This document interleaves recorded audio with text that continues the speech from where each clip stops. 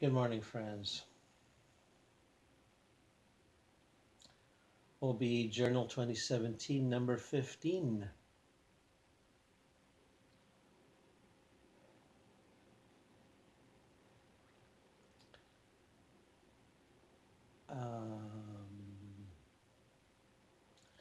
Like you to accompany me as you listen to what I'm going to call a projection of the mental body in real time as I speak. And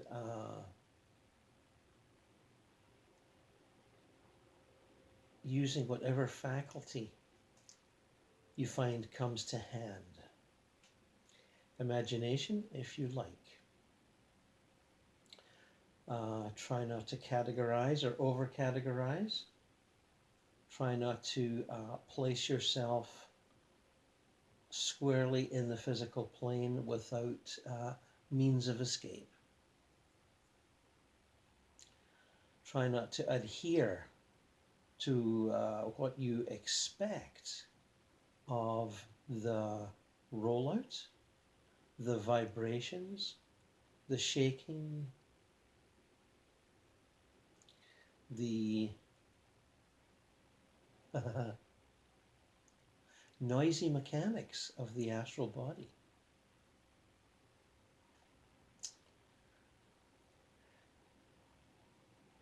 We're going to be still and project and follow on if you feel that that is what you must or can only do. And if not, let the words carry you.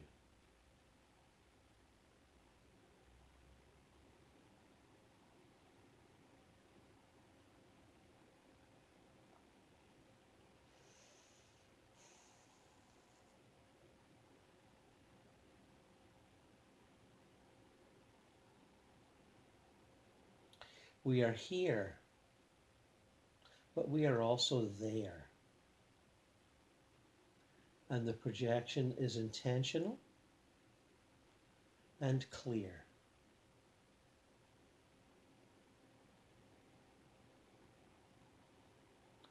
There is no space in between, no space that needs to be traversed. It's an automatic transfer.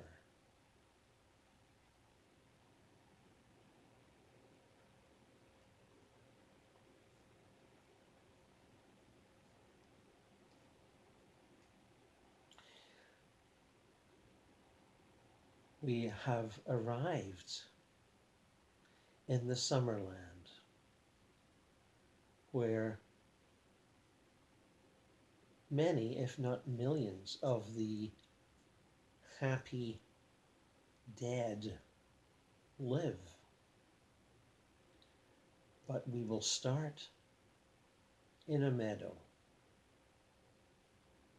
that looks on to a city, or at least something that appears to be a city in the distance.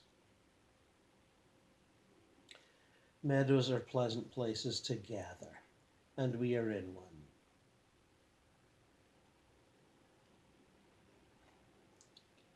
Tall grasses, wildflowers, trees, shrubs, arranged as you would like.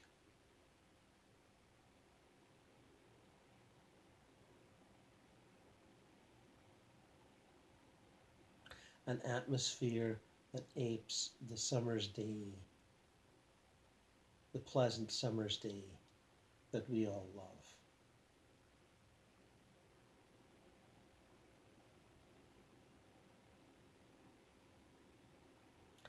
Clumps of trees dotted here and there. A sense that we are on the edge of something other than this meadow.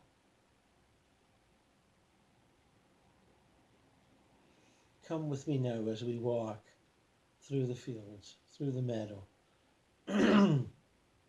admiring and enjoying.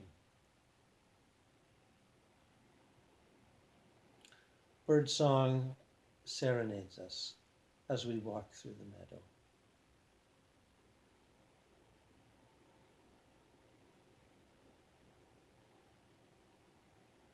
There are no fences or gates, but we do find a path, a slightly worn path through the grass.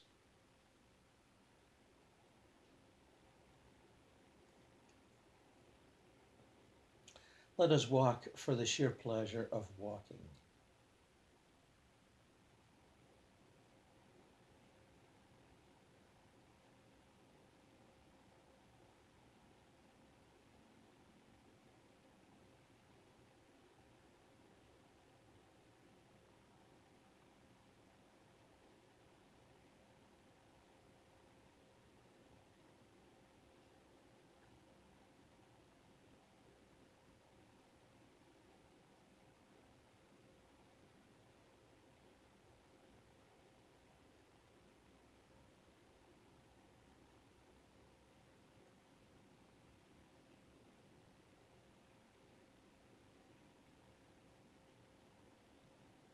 Let us enjoy, let us appreciate, let us see the inner radiation of all things, as if light were not striking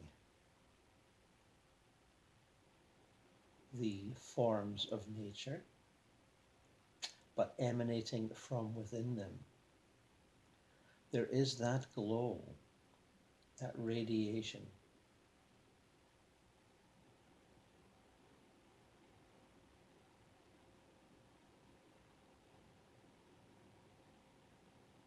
Everything seems alive from within.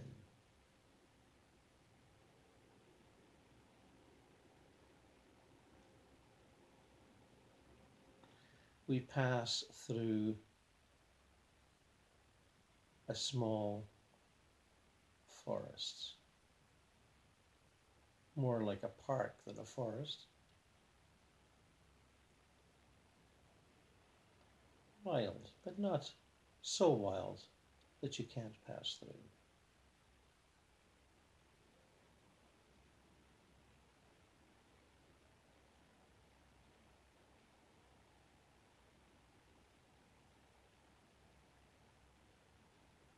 Birds, squirrels, rabbits.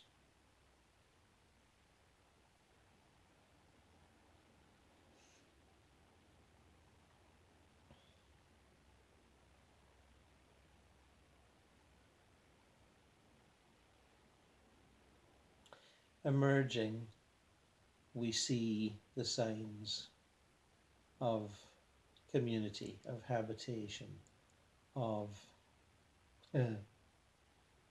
something that transcends urban planning as we know it.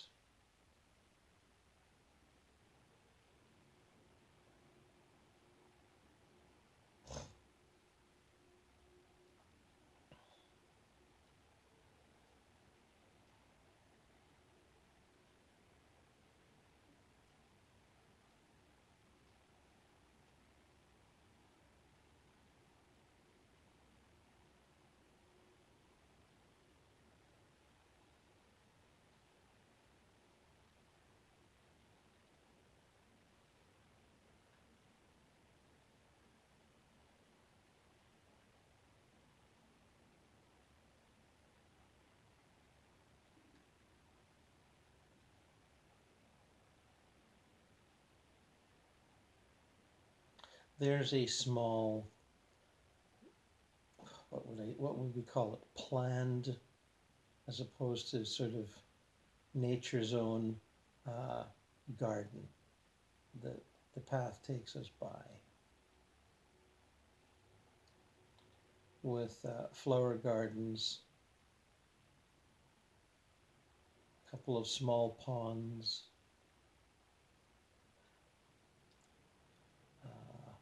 benches arranged around them.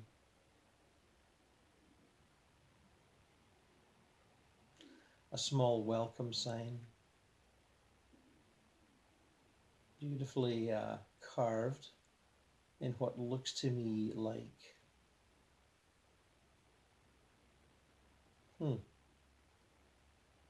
oak, perhaps something that is not actually oak but appears to be oak, but it's a welcome sign.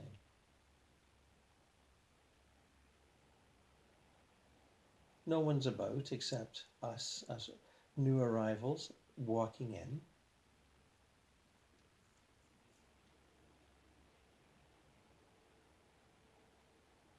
And we pass by.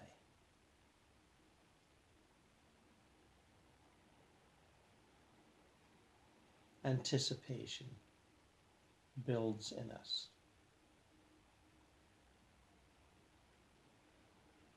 We know we have arrived, but we are still thrilled to be here together.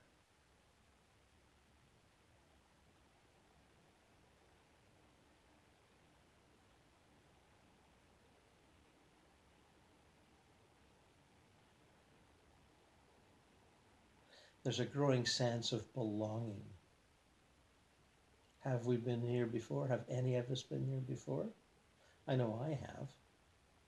But, the memory's buried. Or at least partially buried. And needs to be exhumed. But here we are exhuming it.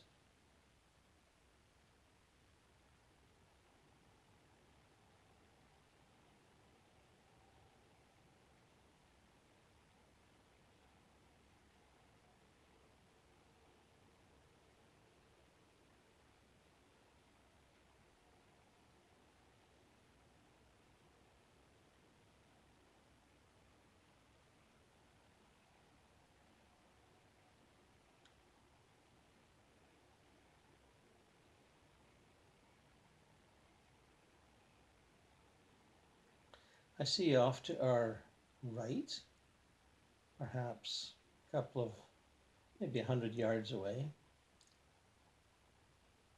what appears to be a home, a dwelling.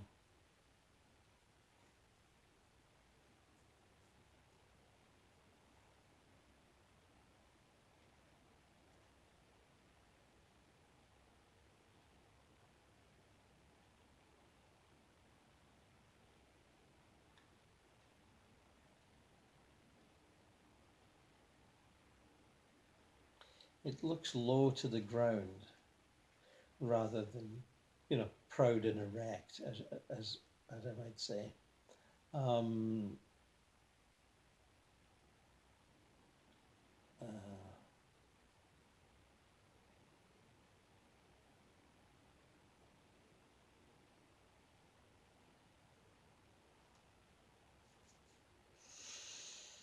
uh, Sort of curves rather than straight edges, straight angled edges, maybe 15 feet high.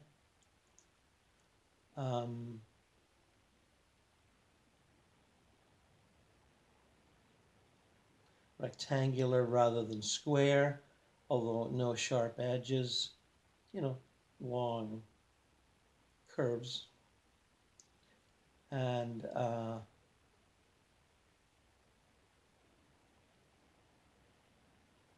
perhaps a bit like a horseshoe, not exactly.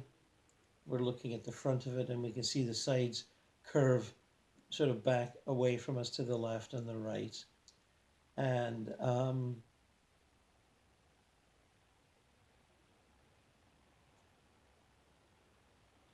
yes, a thatched roof. So a sort of creatively twisted cottage. And a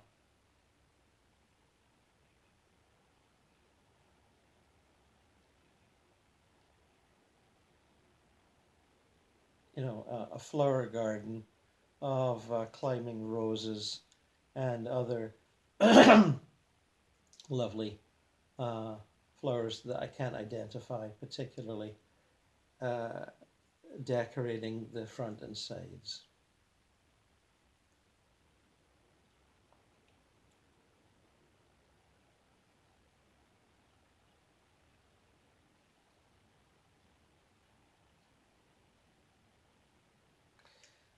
We walked past, sort of gazing at it, sort of fondly.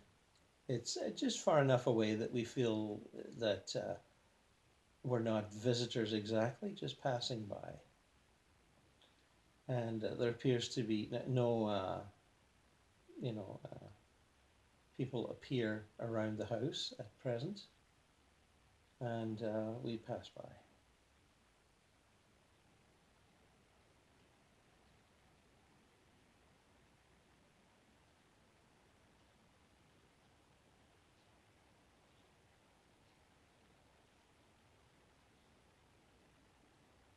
Just to our left, a little moment or so later, um,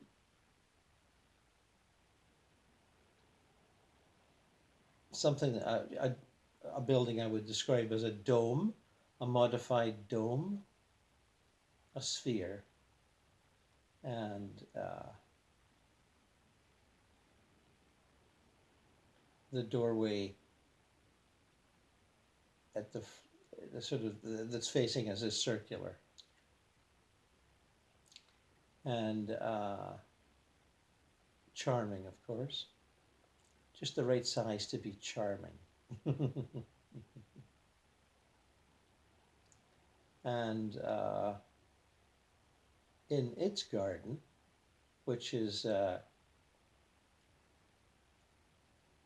bordered by what appears to me to be a hedge and some fruit trees, uh, there is, there's someone sitting, there's a man sitting, and he waves.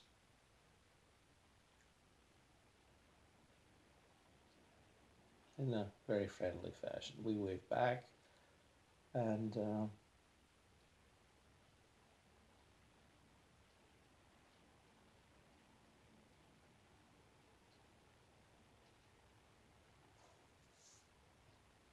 he remains seated, as if he's more than accustomed to visitors passing by.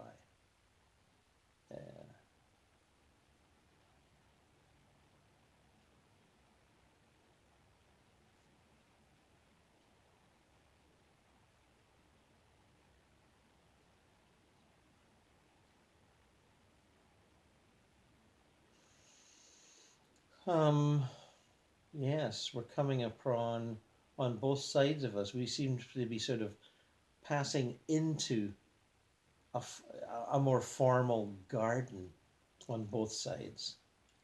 Um, somebody, someone's seem to have spent quite a pleasurable time designing. It delights the eye on many levels. More detailed than I can immediately describe, but the path widens. We pass under something that I would call an ornamental gateway. And that, has the sense of ushering us in rather than keeping us out. Um,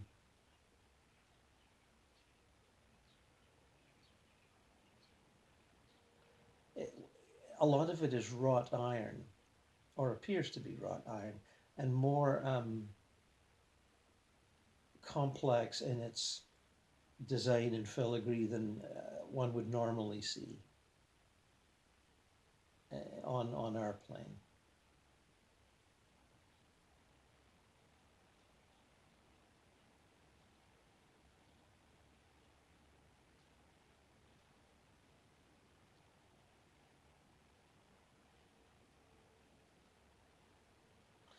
Um, just past, just inside that ornament, that gateway, there are interesting, sort of unusual shapes, sculptured shapes that are strike me as someone's creative notion of what you could really do with concrete.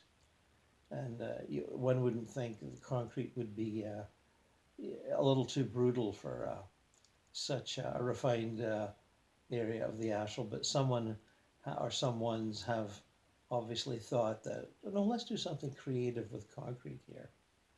I mean, I'm not saying it is concrete, but it looks like it. It's got that sort of sandy um, color and texture. And it's like, how can I put it? It's like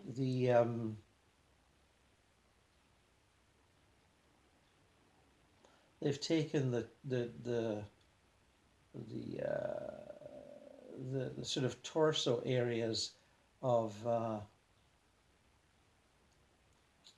farm animals, between let's say the shoulders and the rear of a something like a cow and a horse, and shaped them into something slightly more abstract, um, not without legs, but you look at it and you see a torso. At least I am, and it's like taking the essence of a farm animal, or what someone sees as the with the curves over the haunches and the muscles, and the chest and the stomach, but without the head, the tail, the legs. I mean, that's just my interpretation. It may be the inspiration may have been something completely other, and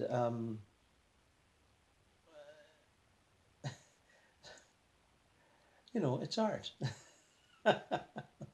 public art. There's a lot more in this garden. I'm just catching one little detail that strikes me as unusual. And we move through this park, enchanted really, and very quiet. Um, I don't know what you're expecting. I'm starting to wonder if there's going to be groups of people anywhere, and perhaps there are on other occasions. There's certainly room for pleasurable, um, relaxing, fun activities with lawns stretching past, um, slightly more formal gardens, and dipping down to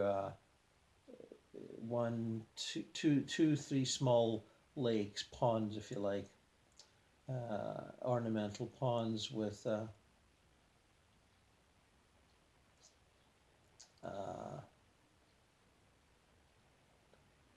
decorations, plants floating on the surface. One has a fountain in the middle, and just far enough away that we can sort of hear a tinkle, but not clearly. And again, nobody's around. Um, maybe they're all at home having lunch.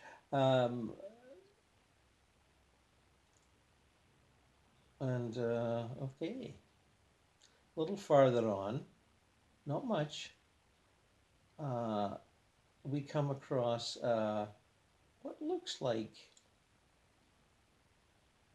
a recreational sports complex, looking rather like it would look here on Earth, but with a little more care to the design of the buildings. And there's quite a bit there, and oh my goodness, there's people.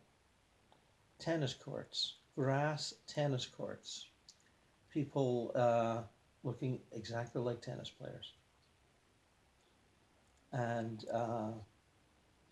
we stopped to watch.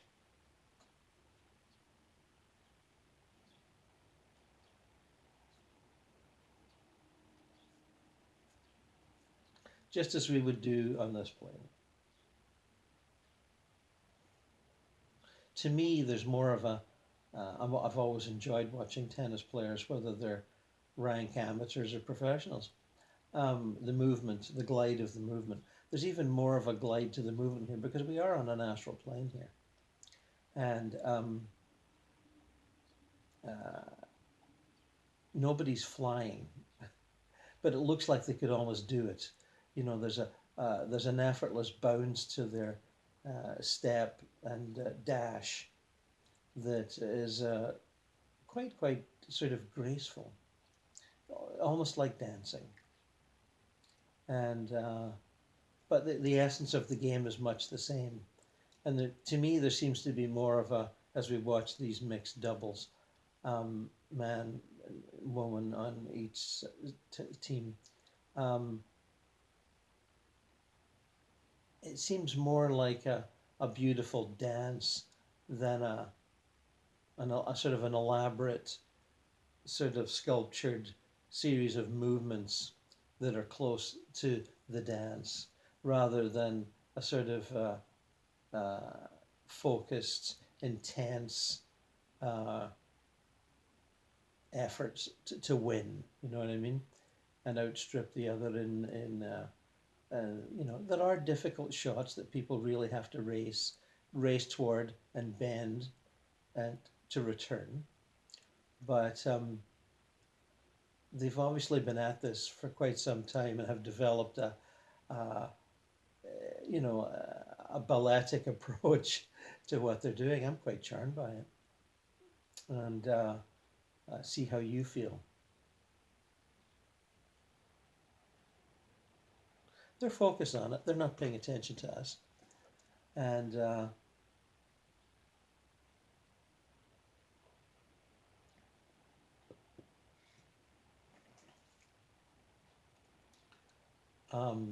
we can just stand and watch. It's quite lovely. There are other courts around. They're arranged rather not as they would be arranged on Earth in you know, a straight line. Oh no, they don't do that here. They've got plenty of space and imagination here. They're dotted about. You know, the court that we're watching, a gap, another one, you know, tilted at an angle, another one farther off.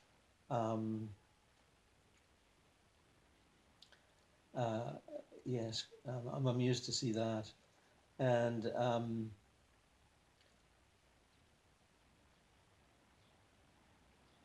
you're all sort of being fairly polite and standing beside me rather than exploring on your own. And I would encourage you to do so. If you feel the urge, don't be hanging by me just to be, you know, polite.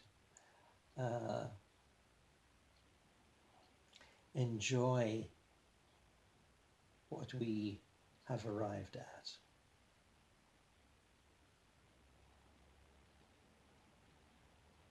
I, in a moment or so, move to the what you might call the clubhouse. There's a patio outside of it.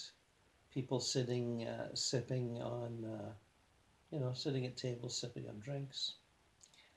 And one group of people, about 5 of them, stop their casual conversation and look up to me and greet me. And I, you know, say hello, and a couple of you are standing beside me, and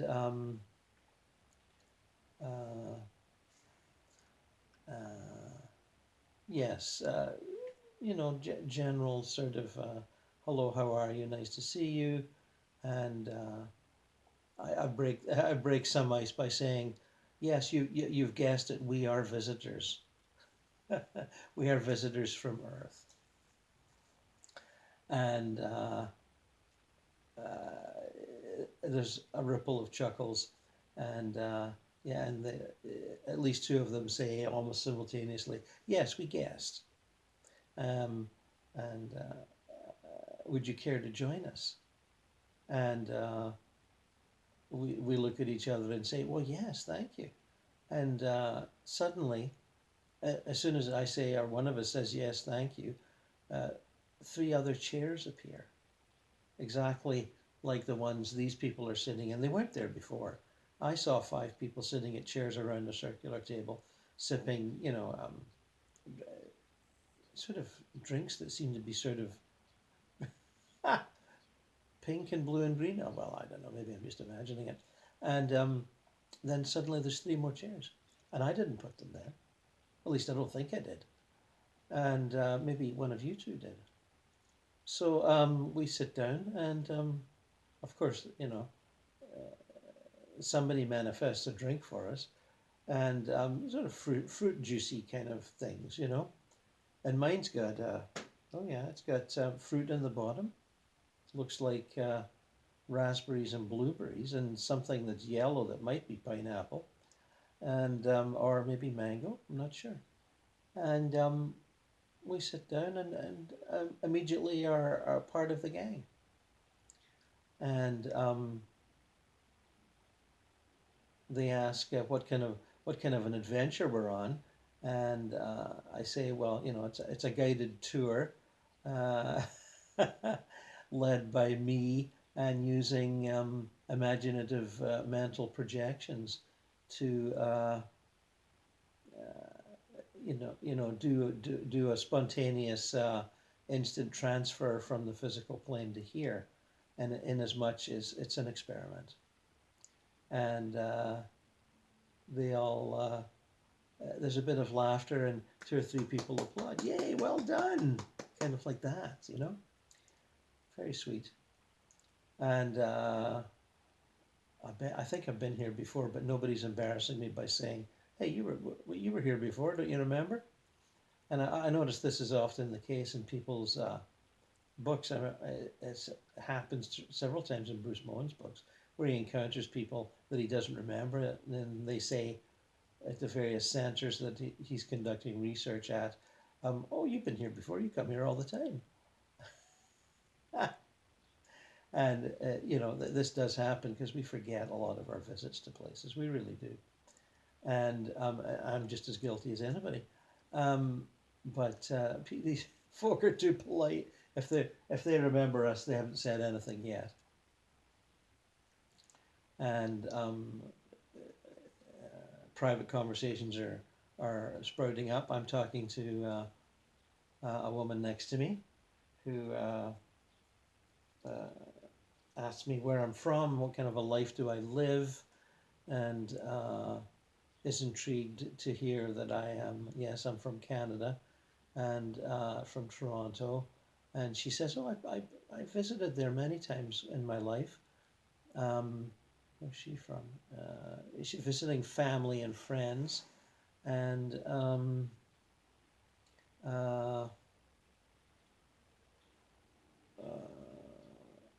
where did I'm trying? Let me just kind of focus on the neighborhood she's talking about.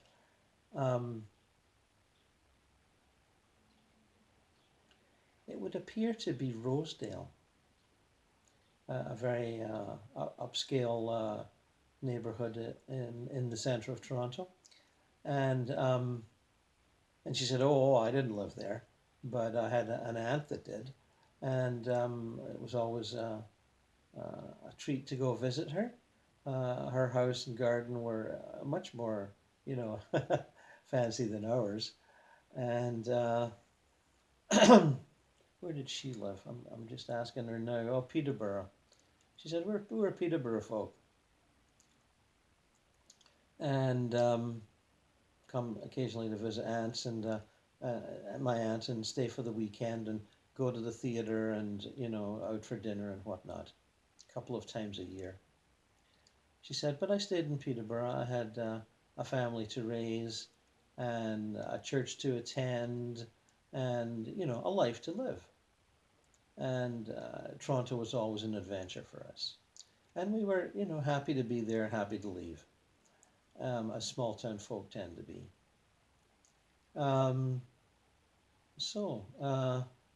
She said, she said, I know, what's she saying to me?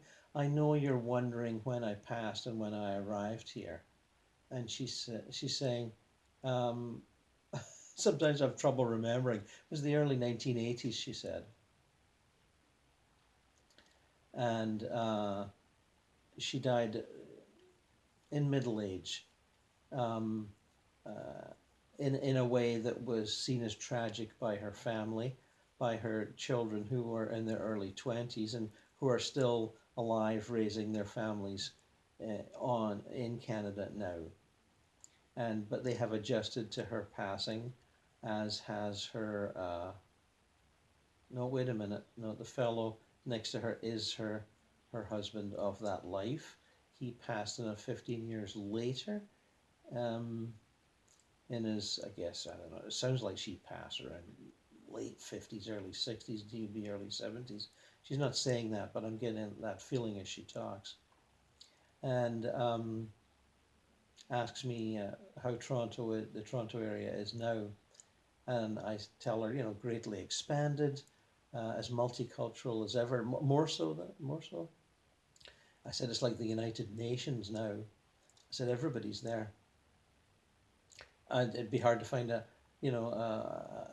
ethnicity or a nation that isn't there. And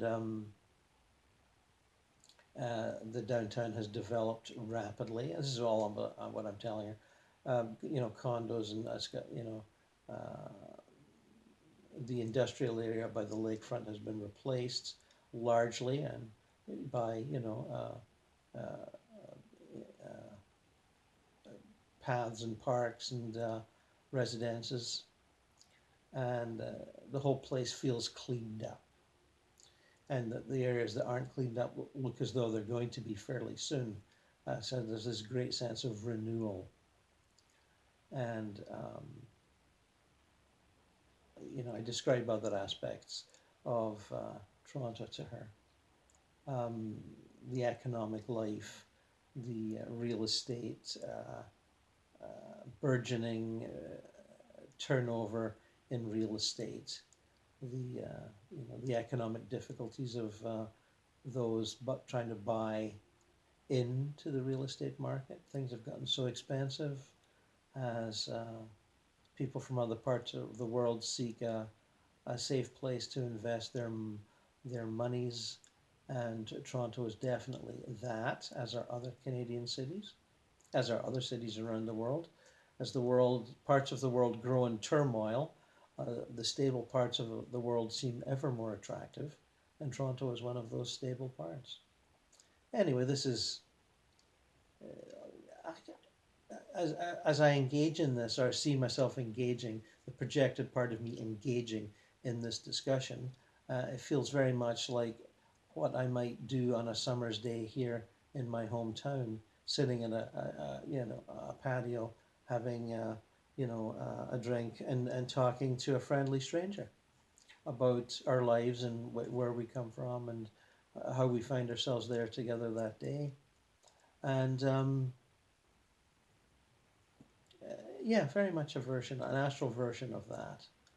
And she said, so I'm telling her about this experiment that we're conducting, and she says, well, I never would think of doing something like that when I was alive, but since, getting settled here,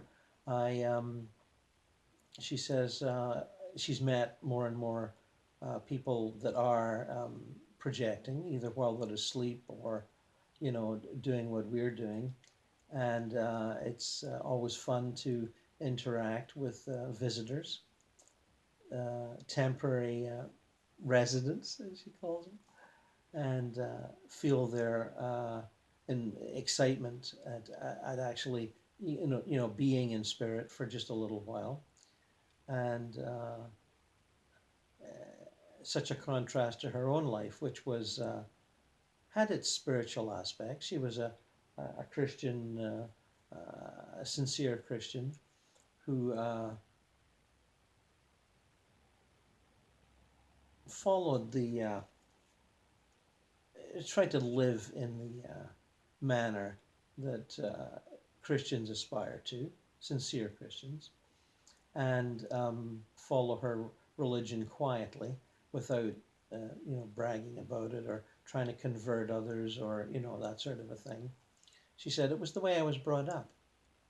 You didn't go and she said, of course, very Canadian, very quiet and polite, and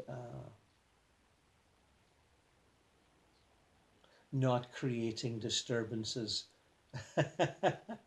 brought on by the enthusiasm or a desire to evangelize or change others. We had our charitable activities. We sponsored some refugees. We took care of, no, she's not saying take care. She's saying we engaged in various charitable activities. And she seems not that keen to talk about it, but she's mentioning it. And this is this very sort of lack of desire to broadcast any sense of pride and spirituality. That's what I'm getting. In a light sort of a way. We're passing gaily over it. And I ask her about visiting her, children, grandchildren. She says, "Oh yes, do that all the time." And you learn how to move there and be an observer, be a loving observer, and also to come back here and live my life, my new life, my greater life, my spiritual life. And she seems quite attuned to this life that she lives in and visiting, and not this sense of missing out on something. It's the extended family, the family extended through time and space. Although she's not saying that, I'm saying that. She's describing her joy at doing such things and watching her grandchildren grow. And I'm trying to think. The grandchildren, they seem to be, I'm getting the image of teenagers. And she said, oh yes, they're doing all that teenager thing, being awkward and difficult and expressing themselves in ways that their parents, my children, are not entirely comfortable with. Clothing, hairstyles, attitudes, but they're good kids, she said. They're just growing. They're just becoming who they are, trying on various lifestyle approaches. And of course, my own children are, fairly traditional conservative. She says, not sort of repressingly conservative, just sort of, straight down the line. One's a teacher. We're looking at teachers, and what is that? The son is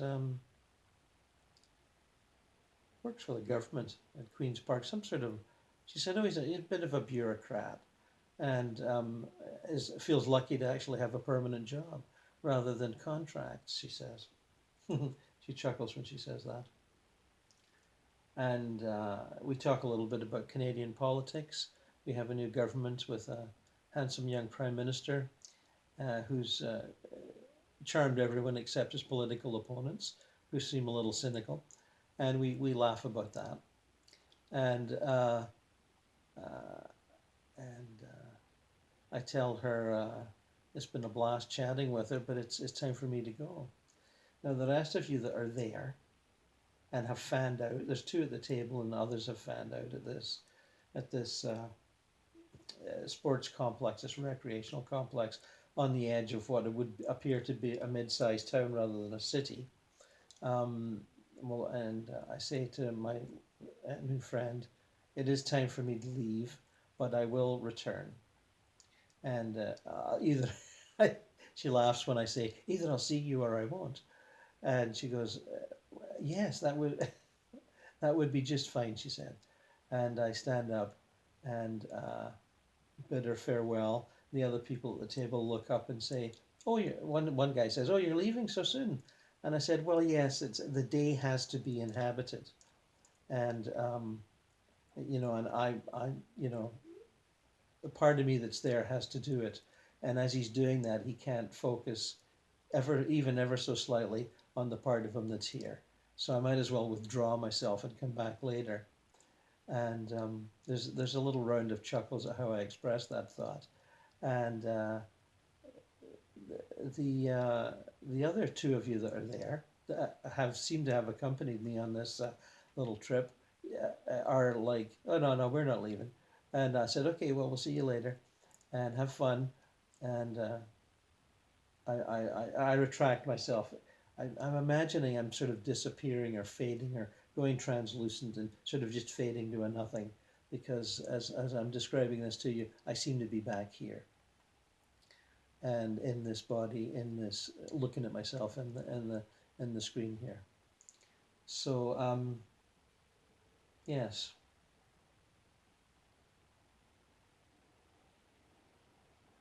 Mm.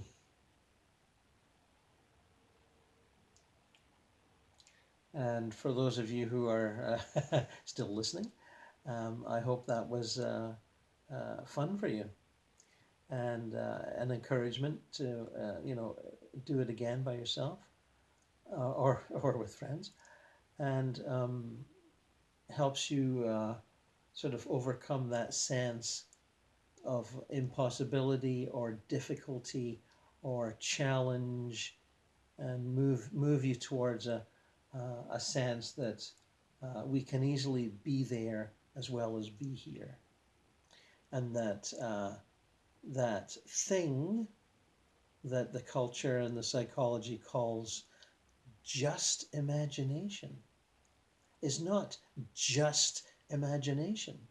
It is a tool of consciousness that has been put down by those who don't trust it, don't wish to have others be baffled by it, and who wish to keep us in the pen where the trained animals are kept and fed. Why they wish to do that, I think it's their own fears and doubts, and they wish to project their own fears and doubts onto the rest of us and control us by doing so. I mean, it's not conscious control, but it's there. There's no question it's there. They want you to follow regular paths through life and not be, troubled. And are they materialists? Perhaps. Are they religious? Yes, perhaps. They've all got a belief system. Whether it's one or the other, I don't think it really matters. But there's this sense of having to calm the rest of us because of their anxieties. At least that's how I see it. So allow yourself to move beyond that. You're your own person. You're your own free will. You're your own explorer. And just as the same as some other person might say, I'm going to that dance club and I'm going to take ecstasy or whatever the drug of the week is, and I'm going to, play it on the edge here. And, I mean, lots of folk do that. And in my day, I took mushrooms and, expanded my consciousness that way. So be your own person in this. Don't allow the attitudes unconsciously adopted from others' fears, others' limitations, as you were growing up, for example, and as you lead your life as a responsible citizen in society. Don't allow that to happen. Express yourself freely, and consciousness projection is part of expressing yourself freely. And with that inspiring thought, I shall leave you, friends, and be well. Until next time.